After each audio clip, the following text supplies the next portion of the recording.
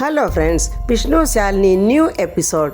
രാഘവേട്ടന് സത്യഭാമയോട് പറയുക, ഈ രാത്രിയിലെ നമ്മുടെ വീട്ടിലെ ഒരു പെൺകുട്ടി തെരുവിൽ എവിടെയോ പെട്ട് കിടക്കുക. സത്യഭാമ, ആഹാ, പെട്ട് കിടക്കുവൊന്നും അല്ലല്ലോ, അഹങ്കാരം കൊണ്ട് സ്വയം പോയി ചാടിക്കൊടുത്തതല്ലേ. പോയവരെ നേരം വെളുക്കുമ്പോൾ ഇനി വന്നോളുവന്നേ. അതിനിടയിൽ അവൾക്ക് എന്തെങ്കിലും സംഭവിക്കുകയാണെന്നെങ്കിലേ അത് അവളുടെ വിധിയാണെന്നങ്ങ് കരുതി അങ്ങ് സമാധാനിക്കണം. നീ നന്നാവില്ല ഭാമേ, ഒരു കാലത്തും നീ നന്നാവില്ല. കാരണം എന്താണെന്നറിയോ? നിന്റെ മനസ്സിപ്പോഴും കാലത്തിനൊത്ത് വളർന്നിട്ടില്ല. ആ പഴയ അമ്മായിയമ്മ പോരിന്റെ കാലത്താ നീ ഇപ്പോഴും നിൽക്കുന്നത്. ആ ചിന്തയും ഭാവവും ഒക്കെ എന്ന് നിന്റെ മനസ്സിൽ നിന്ന് പോന്നോ അന്നേ നീ നല്ല രീതിയിൽ ചിന്തിക്കത്തുള്ളു. പപ്പിമോളാതെ മുകളിൽ നിന്ന് അച്ചച്ചാന്ന് വിളിച്ചോണ്ട് ഓടി വരുക. പുറകിന് പൊന്നിയുണ്ട്, മോളെ നിൽക്കും മോളെ എന്നും പറഞ്ഞ് പൊന്നിയും പുറകിന് വരുന്നുണ്ട്. അമ്മ എന്താ അച്ചച്ചാ വരാത്തത്? അച്ചച്ചാ, എനിക്ക് എന്റെ അമ്മയുടെ കൂടെ കിടന്നാ മതി, എന്നെ പൊന്നിയാൻറ്റി ഉറക്കണ്ട. മോളെ, ഇന്ന് മോളെ പൊന്നിയാൻറ്റി ഉറക്കട്ടെ, നാളെ മോക്ക് അമ്മയോട് ഉറങ്ങാം. വേണ്ട വേണ്ട, പറ്റില്ല, എനിക്ക് എന്റെ അമ്മയുടെ കൂടെ കിടന്നാ മതി. അമ്മ എന്താ വരാത്തെ? സത്യഭാമ ചാടി എണീറ്റിട്ട് കൊച്ചിന്റെ നേരെ അങ്ങ് തുള്ളുക. എടി, എനിക്കിവിടെ സ്വസ്ഥതയായിട്ടൊന്ന് ഇരിക്കണം. ഒരമ്മയും മോളും വന്നേക്കുന്നു. ഒരല്പം പോലും മനസാക്ഷി കാണിക്കാതെ ക്രൂരതയോടെ പിഞ്ചു കുഞ്ഞിനോട് സത്യഭാമ പറയുക, നിന്നെ വേണ്ടാന്നും പറഞ്ഞ് കളഞ്ഞേച്ച് പോയിരിക്കുക നിന്റെ അമ്മ. എവിടെ പോയതാണോന്ന് പോലും അറിയില്ല. ചത്തോ ജീവിച്ചിരിപ്പുണ്ടോന്നും അറിയില്ല. ചത്തു പണ്ടാര ഒടുങ്ങിയിട്ടുണ്ടെങ്കിൽ നാളെ മുതൽ നീ ഉറങ്ങില്ലേ. പാവം ഒരു മാവണ്ട കുഞ്ഞിനോട് പറയുന്ന വാക്കുകളാ. പേടിച്ച് വിറച്ച് നിൽക്കുന്ന കുഞ്ഞിനോട് പറയാ, മര്യാദയ്ക്ക് പോയി കിടന്ന് ഉറങ്ങുവച്ചേ. പൊന്നി, ഇവളെ വിളിച്ചോണ്ട് പോയി ഉറക്ക്. വേണ്ട, ഞാൻ വരില്ല. അയ്യോ മോളെ, എന്നെ വഴക്ക് പറയിക്കാതെ മോളൊന്നു വാ എന്നും പറഞ്ഞ് പാവം പൊന്നി ഇങ്ങനെ കുഞ്ഞിനെ സമാധാനിപ്പിച്ച് മുകളിലോട്ട് കൊണ്ടുപോവാണ് ഉറക്കാൻ. ഇതെല്ലാം കേട്ടിട്ട് രാഘവേട്ടനെ സഹിക്കുന്നില്ല. രാഘവേട്ടൻ പറയുക, ഫാമേ, ഒരു ഇത്തിരി പോലും ഇല്ലാത്ത ഈ കുഞ്ഞിനോട് നീ ഇങ്ങനെയൊക്കെ പെരുമാറണമെങ്കിൽ കാര്യമായി എന്തോ നിനക്ക് പ്രശ്നം പറ്റിയിട്ടുണ്ട്. നിന്റെ മാനസികാവസ്ഥയ്ക്ക് എന്തോ പ്രശ്നം പറ്റിയിട്ടുണ്ട്. ആ ഉണ്ട്. നീയേ എത്രയും വേഗം ഒരു ഡോക്ടറെ കാണുകയാണ് വേണ്ടത്. ഇല്ലെങ്കിലേ ഇത് വേറെ വല്ലതുമൊക്കെ ആയി മാറും. എന്താണങ്ങ് തെളിച്ച് പറ. എനിക്ക് ഭ്രാന്താണെന്നങ്ങ് പറഞ്ഞോ? കുട്ടിയും കുടുംബമല്ല ഇപ്പൊ ഇവിടുന്ന് ഇറങ്ങേണ്ട അവസ്ഥയിൽ ഇരിക്കുക. അപ്പോൾ പിന്നെ ഭ്രാന്തല്ലാതെ പിന്നെ എനിക്ക് എന്തുവാ വരുന്നത്? അതിനിടയിലാ അവളുടെ ഒരു വീട് വിട്ടുപോക്ക്. എവിടെങ്കിലും പോയി എല്ലാരും പോയി കിടന്നോണം. ഒരൊറ്റ എണ്ണത്തിന്റെ ഒച്ച ഇവിടെ കേട്ടുപോയേക്കരുത്. പപ്പിമോളാന്നേ അവിടെ റൂമിൽ കിടന്നുകൊണ്ട് എനിക്ക് എൻ്റെ അമ്മയെ കാണണം, എനിക്ക് എൻ്റെ അമ്മയെ കാണണം എന്നും പറഞ്ഞ് കരഞ്ഞുകൊണ്ടിരിക്കുക. സത്യഭാമ പറയുന്നു, ഏതെങ്കിലും ഒരു വീട് കണ്ടുപിടിച്ച് എങ്ങനെ ഈ കുടുംബം പറിച്ചു മാറ്റും വിചാരിച്ച് തല പുകച്ചുകൊണ്ടിരിക്കുമ്പോഴാ ഓരോ കുഴപ്പങ്ങൾ ഓരോരുത്തരായിട്ട് ഉണ്ടാക്കിക്കൊണ്ടിരിക്കുന്നത്. ആ സമയത്ത് ശ്യാമയെ അന്വേഷിച്ചു പോയ വിഷ്ണു അങ്ങോട്ട് വരുന്നുണ്ട്. രാഘവേട്ടനോടനെ വിഷ്ണുവിനോട്, എടാ മോനെ, എന്തായടാ, ശ്യാമയെ കണ്ടായിരുന്നോ? സത്യഭാമ പരിഹാസത്തോടെ, പറഞ്ഞു കൊടുക്കടാ, അറിയാഞ്ഞിട്ടേ പേറ്റുനോവെടുത്തിരിക്കുന്ന ഗർഭിണിയേക്കാൾ കഷ്ടമാണ് നിന്റെ അച്ഛന്റെ അവസ്ഥ. എടാ, ചത്തോ ജീവിച്ചിരിപ്പോ ഉണ്ടോന്ന് പറഞ്ഞൊന്ന് ധരിപ്പിക്കടാ. അങ്ങേര് സ്വസ്ഥമായിട്ട് കിടന്നൊന്ന് ഉറങ്ങട്ടെ. എന്റെ അമ്മയെ ഒന്ന് നിർത്തുന്നുണ്ടോ? ഈ വഴക്കും ബഹളം ഉണ്ടാക്കി പരസ്പരം പോരിടുന്ന സമയമാണോ ഇത്? ചിന്തിക്കാനും പരിഹരിക്കാനും ഒക്കെ ഒരുപാട് കാര്യങ്ങളൊക്കെ ഉണ്ടല്ലോ. കുടുംബം വരെ പോയ അവസ്ഥയിൽ നിൽക്കുക. എന്നിട്ട് തമ്മിൽ തല്ലിന് ഒരു കുഴപ്പമില്ല. എന്നിട്ട് വേണം നാട്ടുകാരെ കൊണ്ട് ഓരോന്ന് പറയിക്കാൻ. അപ്പോൾ ഞാൻ ഒച്ചയെടുക്കുന്നതാണോടാ നിനക്ക് കുഴപ്പം? ഇതുപോലെ ഇറങ്ങിപ്പോയി മറ്റുള്ളവരെ കൊണ്ട് പറയിപ്പിക്കുന്നതിന് ഒരു കുഴപ്പവുമില്ല. രാഘവേട്ടന് കലിപ്പോടെ, ഡാ, നീ ചുമ്മാതെ അവള് പറയുന്നതിനൊക്കെ മിണ്ടിക്കൊണ്ടിരിക്കാതെ ഞാൻ ചോദിച്ചതിന് മറുപടി പറ. ശ്യാമയെ കണ്ടോ? അച്ഛാ, അത് ശ്യാമ ശാരദാമ്മയുടെ അടുത്ത് എത്തിയിട്ടുണ്ട്. ഓ ദൈവമേ, അത് മതി, എവിടെങ്കിലും എത്തിയിട്ടുണ്ടല്ലോ. സത്യഭാമ വിടുവോ? അവൾക്കിങ്ങനെ മറ്റുള്ളവരെ ബുദ്ധിമുട്ടിച്ചിങ്ങനെ അങ്ങ് നടന്നാ മതിയല്ലോ. ആ പപ്പി ഇവിടെ കിടന്ന് കീറി വിളിക്കുന്നുണ്ടായിരുന്നു അവളുടെ അമ്മയുടെ കൂടെ കിടന്നേ അവൾ ഉറങ്ങത്തുള്ളെന്ന്. അതൊന്നും ആലോചിക്കാതെ നടക്കുക അവള്. രാത്രിയെന്നോ പകലെന്നോ ഒന്നും ഇല്ലാതെ ചട്ടകം പഴിപ്പിച്ച് വെക്കാത്തന്നെ സൂക്കടാ അവൾക്ക്. അതെങ്ങനെയാ? നിയന്ത്രിക്കേണ്ടവൻ വേറെ എവിടെ പോയി കിടക്കുവല്ലേ. പിന്നെ ഇവളിങ്ങനെ പോയില്ലെങ്കിലേ അത്ഭുതപ്പെടാനുള്ളു. എന്റെ ദൈവമേ, ഇവളുടെ ഈ പോക്കങ്ങ് ഒരു പോക്കായിരുന്നെങ്കിൽ ശല്യം ഒതുങ്ങി കിട്ടിയാന്. എന്തുവാമ്മ അമ്മ ഈ പറയുന്നത്? ഇനി ഇതെല്ലാം ഒപ്പിച്ച് വെച്ചിട്ട് നാളെ ഇങ്ങോട്ട് കേറി വരും നാശം. ഫാമേ, നീ ഒന്ന് അടങ്ങ്. നിന്റെ നാവിനൽപ്പം റെസ്റ്റ് കൊടുക്ക്. ഒരല്പം സ്വസ്ഥത ഞങ്ങൾക്ക് കിട്ടട്ടെ. രാഘവേട്ടൻ വിഷ്ണുവിനോട് പറയുക, എടാ മോനെ, പപ്പിമോളെ അവളുടെ അമ്മയെ കാണാതെ കരഞ്ഞ് തളർന്നിരിക്കുക. നീ അവളെ കൊണ്ടുപോയി ശ്യാമയുടെ അടുത്താക്ക്. ഇതെല്ലാം കണ്ട് ആ കുഞ്ഞ് ഭയന്ന് നിലവിളിച്ച് വല്ല അസുഖം ഉണ്ടാക്കി വെച്ചാലേ പിന്നെ അതിന് കിടന്നോടണം. ആ ചെല്ലടാ, ചെല്ല്, കൊണ്ടിയെന്നാക്ക്. നിനക്കിങ്ങനെ തെക്ക് വടക്ക് നടക്കുന്ന ജോലിയല്ലേ ഉള്ളു. എടാ വിഷ്ണു, നീ ഫാമ പറയുന്നൊന്നും കേൾക്കണ്ട, നീ പോയിട്ട് വാ. പപ്പി മോളെ, പപ്പി മോളേന്ന് രാഘവേട്ടൻ വിളിക്കുമ്പോൾ പപ്പിമോൾ ഓടി വരുന്നുണ്ട്. എന്താ അച്ചാ? വിഷ്ണുവിനെ കണ്ടിട്ട് ചോദിക്കുന്നു. അമ്മ വന്നില്ലേ വിഷ്ണു അച്ഛാ? മോളിങ്ങി വന്നേ. അമ്മയെ ശാരദാമ്മയുടെ വീട്ടിലുണ്ട്. ആന്നോ അച്ചാ? മോളെ, വിഷ്ണു അച്ഛൻ്റെ കൂടെ ചെല്ല്, അമ്മയുടെ അടുത്ത് കൊണ്ടാക്കി തരും. വിഷ്ണു അച്ഛ, എന്നെ അമ്മയുടെ അടുത്തോട്ട് കൊണ്ടുപോവോ വിഷ്ണു അച്ഛ? കൊണ്ടുപോകാം മോളെ. സത്യഭാമ ഉടനെ പറയാം, എടാ വിഷ്ണു, പോകുന്നതൊക്കെ കൊള്ളാം, പഠിക്കൽ ഇറക്കി വിട്ടിട്ട് നീ ഇങ്ങോട്ട് പോന്നേക്കണം. നീ എങ്ങാനും അകത്തോട്ട് കേറിയെന്ന് ഞാൻ അറിഞ്ഞാൽ, വരാനെങ്ങാനും താമസിച്ചാൽ ഞാനങ്ങ് വരും.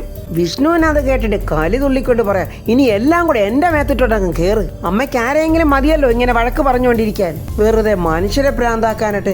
എടാ വിഷ്ണു, നീ ഇതൊന്നും കേട്ടോണ്ട് നിൽക്കാതെ നീ പോകാൻ നോക്കടാ. രാഘവേട്ടനെ നോക്കി ഫാമ. ഇപ്പൊ സമാധാനമായല്ലോ, ഇനി ഇത് ഓർത്തോണ്ട് വെച്ച് അസുഖമൊന്നും ഉണ്ടാക്കി വെച്ചേക്കരുത്. ഇതെല്ലാം കണ്ടോണ്ട് നിൽക്കുന്ന പിള്ളയും പൊന്നിയും അവിടെ ഉണ്ട്. പൊന്നിയെ നോക്കി പറയാം, നീ എന്തോ കാഴ്ച കണ്ടോണ്ട് നിൽക്കുവാടി, കേറിപ്പോടി അങ്ങോട്ട്.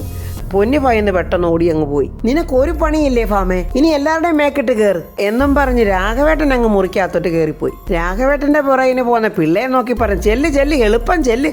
പറയാത്ത താമസം ഉടനെ അവൻ അങ്ങോട്ട് ഓടിയേക്കുന്നു.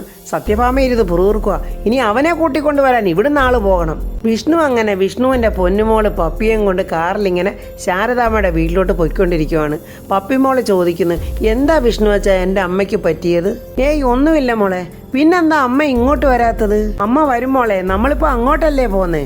സത്യയും ചേച്ചിയമ്മയും എല്ലാരും കൂടി ഇന്നൊരു നല്ല രസമായിരിക്കും ഇല്ലേ വിഷ്ണു വെച്ചാ? വിഷ്ണു അച്ഛനും ഇന്ന് അവിടെ നിൽക്കുവോ എന്റെയും സത്യയുടെയും കൂടെ? വേണ്ട മോളെ, സത്യമ്മ പറഞ്ഞത് മോള് കേട്ടില്ലേ? മോളെ അവിടെ ആക്കിയിട്ട് വിഷ്ണു അച്ഛൻ ഇങ്ങോട്ട് പോരും. നല്ല കുട്ടിയായിട്ട് എൻ്റെ പൊന്നുമോൾ അവിടെ നിൽക്കണം കേട്ടോ. ശാരദാമ്മയുടെ വീട്ടിൽ ശ്യാമ ഇങ്ങനെ കട്ടിലിരുന്ന് ഇങ്ങനെ ഓരോന്നോ ആലോചിക്കുവാണ്. ചന്ദ്രബോസ് ആ പറഞ്ഞ വാചകങ്ങളെല്ലാം ഇതെല്ലാം ഇപ്പം തുടങ്ങിയതാണോ അതോ ഇതിൻ്റെ നേരത്തെ തുടങ്ങിയോ? ഇതിൻ്റെ സൗകര്യത്തിന് വേണ്ടിയാണോ, നിൻ്റെ ഇവൻ്റെ സൗകര്യത്തിന് വേണ്ടിയാണോ രോഗത്തിനെ അടിച്ചിറക്കി വിട്ടത്? അതോ ഇനി നിങ്ങൾക്ക് തമ്മിൽ കാണുന്നതിനും എല്ലാ സൗകര്യത്തിനും വേണ്ടി അറിഞ്ഞുകൊണ്ട് ആ പാവൻ രോഗത്തിനെ ബലിയാടാക്കിയതാണോ? ഇനിയിപ്പോൾ നിങ്ങൾ എങ്ങോട്ടാ പോകാൻ പോകുന്നത്? ബീച്ചോ പാർക്കോ ഏതെങ്കിലും ടൂറിസ്റ്റ് ഹോം ആണോ? ഇങ്ങനെയൊക്കെ മഹാമോശമായിട്ട് ആ ചന്ദ്രബോസ് അവരോട് പറഞ്ഞത്. അതെല്ലാം ഓർത്ത് ശ്യാമയങ്ങ് കരയുവാണ്. ആ സമയത്ത് ശാരദാമ്മ നല്ല പുളിയുള്ള മാങ്ങാ ചമ്മന്തി നല്ല ചൂട് കഞ്ഞിയും കൊണ്ട് വരികയാണ്. മോളിതൊന്ന് കുടിച്ചേ.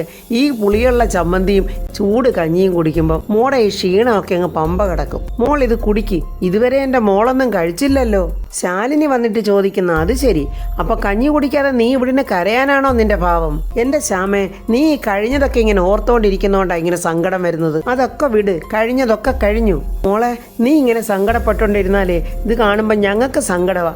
അങ്ങനാണെങ്കിൽ കൂട്ടത്തോടെ എല്ലാവർക്കും സങ്കടപ്പെട്ടിട്ടിരിക്കാനേ പറ്റത്തുള്ളൂ. മനുഷ്യന് ബുദ്ധിയും വിവേകവും തന്നിരിക്കുന്നത് എന്തിനാണെന്നോ? ആവശ്യമുള്ളത് മാത്രം ഓർമ്മയിൽ സൂക്ഷിക്കാനും അല്ലാത്തതും മറക്കാനും. അത് കൃത്യമായി നോക്കുന്നവർക്കേ ഒരു സങ്കടവും ഉണ്ടാവില്ല. ശാലിനി പറയുക, ശ്യാമേ, സംസാരിച്ച് തീർക്കാവുന്ന പ്രശ്നമേ ഇപ്പൊ നിങ്ങളുടെ ജീവിതത്തിൽ ഉണ്ടായിട്ടുള്ളൂ. കാര്യങ്ങളൊക്കെ മനസ്സിലാക്കി കഴിയുമ്പോൾ രോഗത്തിന് തോന്നും നിന്റെ കയ്യിൽ തെറ്റൊന്നുമില്ല, ആവശ്യമില്ലാതെ തെറ്റിദ്ധരിച്ച് പോയതാണെന്ന്. പിന്നെ ഞാനിന്ന് ചില്ലറ ഓട്ടമൊന്നും അല്ല ഓടിയത്. എത്ര പേരോടാ ചോദിച്ചത്? കളക്ടർ ഔദ്യോഗിക കാർ ഉപയോഗിച്ച് അനുജത്തെ തിരക്കി നടക്കുന്നതിന്റെ ഒരു ഫോട്ടോ മാത്രം മതി. ആരോടൊക്കെ കുഞ്ഞേച്ചി സമാധാനം പറയണ്ടെന്നറിയോ? അതുകൊണ്ട് ദയവ് ചെയ്ത് ഇനി ഇങ്ങനെയുള്ള സാഹസം ഒന്നും കാണിക്കരുത്. അല്ലെങ്കിൽ തന്നെ ആവശ്യത്തിൽ കൂടുതൽ ശത്രുക്കളെ ഞാൻ ഉണ്ടാക്കി വെച്ചിട്ടുണ്ട്. എൻ്റെ ഭാഗത്തുനിന്ന് ഒരു വീഴ്ച വരാൻ കാത്തിരിക്കുമോ എല്ലാവരും. അതുകൊണ്ട് ഇനി മേലാൽ ഇങ്ങനെയുള്ള അബദ്ധമൊന്നും കാണിക്കല്ലേ. മോളെ, നീ കഞ്ഞി കുടിക്ക് ചൂട് പോകുന്നതിന് മുമ്പേ. അമ്മ ഇതവിടെ വെച്ചേക്ക്, ഞാൻ കഴിച്ചോളാം. എൻ്റെ മോളി കഞ്ഞി മുഴുക്ക കുടിച്ചിട്ട് സുഖമായിട്ട് കിടന്നുറങ്ങി എഴുന്നേൽക്കുമ്പോഴേക്കും ഈ ക്ഷീണമൊക്കെ മാറും. എടി ശാലിനി, സത്യ എന്തേ ഇവിടെ കണ്ടില്ലല്ലോ?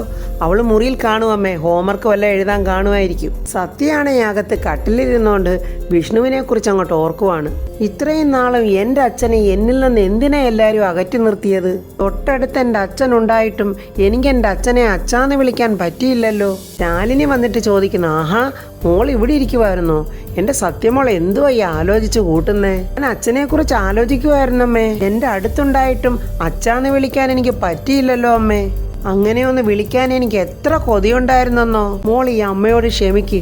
അമ്മയുടെ സ്വാർത്ഥതയാണ് ഇതിനെല്ലാത്തിനും കാരണം. മറ്റുള്ളവരുടെ വേദന കാണാതിരിക്കാനായി അമ്മ ശ്രമിച്ചപ്പോൾ അമ്മയുടെ ഈ മോളുടെ വേദന അമ്മ കണ്ടില്ല. മോൾ അമ്മയോട് ക്ഷമിക്കണം. എങ്കിൽ അമ്മ പറ, അമ്മ എന്തിനാ ഈ സത്യം എന്നിൽ നിന്നും മറച്ചു വെച്ചത്? സത്യാമ്മ അറിഞ്ഞാൽ എന്താ കുഴപ്പം? പറയമ്മേ, അച്ഛനില്ലാത്ത കൊച്ചെന്നുള്ള വിളിപ്പേര് എനിക്ക് എന്തിനാ വാങ്ങിച്ചു തന്നേന്ന്? മോളെ, അത് അങ്ങനൊരു സാഹചര്യത്തിൽ പറ്റിപ്പോയതാ.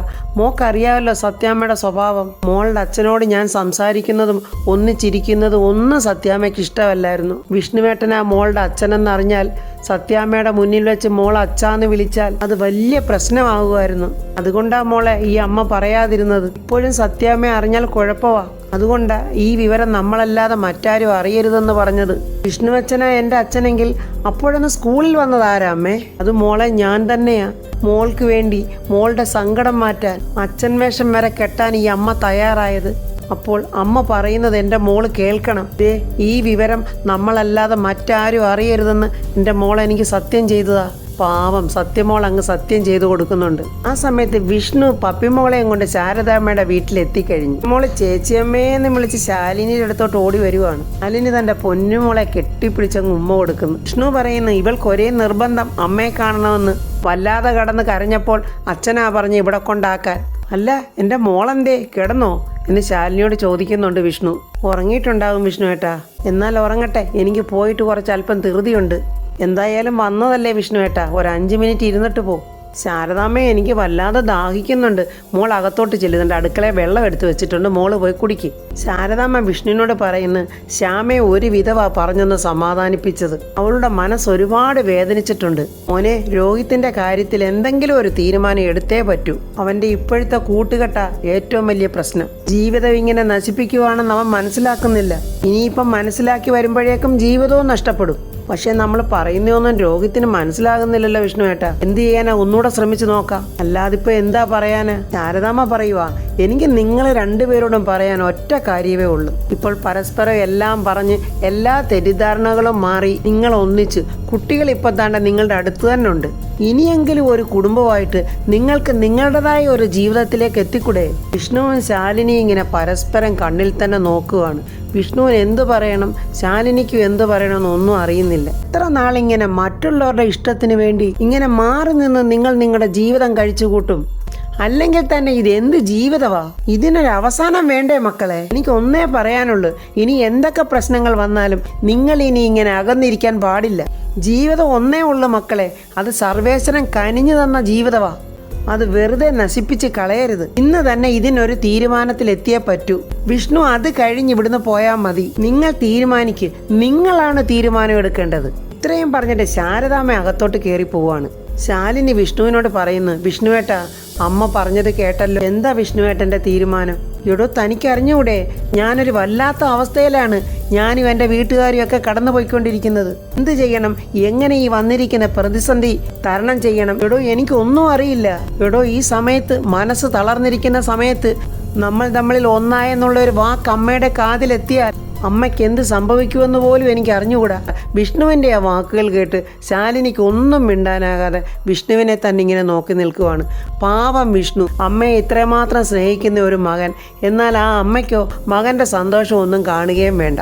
അപ്പോൾ ഫ്രണ്ട്സ്, വിഷ്ണുവിന് എന്ത് തീരുമാനമാണ് എടുക്കാൻ പോകുന്നതെന്ന് നമുക്ക് അടുത്ത വീഡിയോയിൽ കാണാം. എൻ്റെ ഈ വീഡിയോ ഇഷ്ടപ്പെട്ടാൽ ലൈക്കും കമൻസും, സബ്സ്ക്രൈബ് ചെയ്യാത്തവർ സബ്സ്ക്രൈബ് ചെയ്യണേ.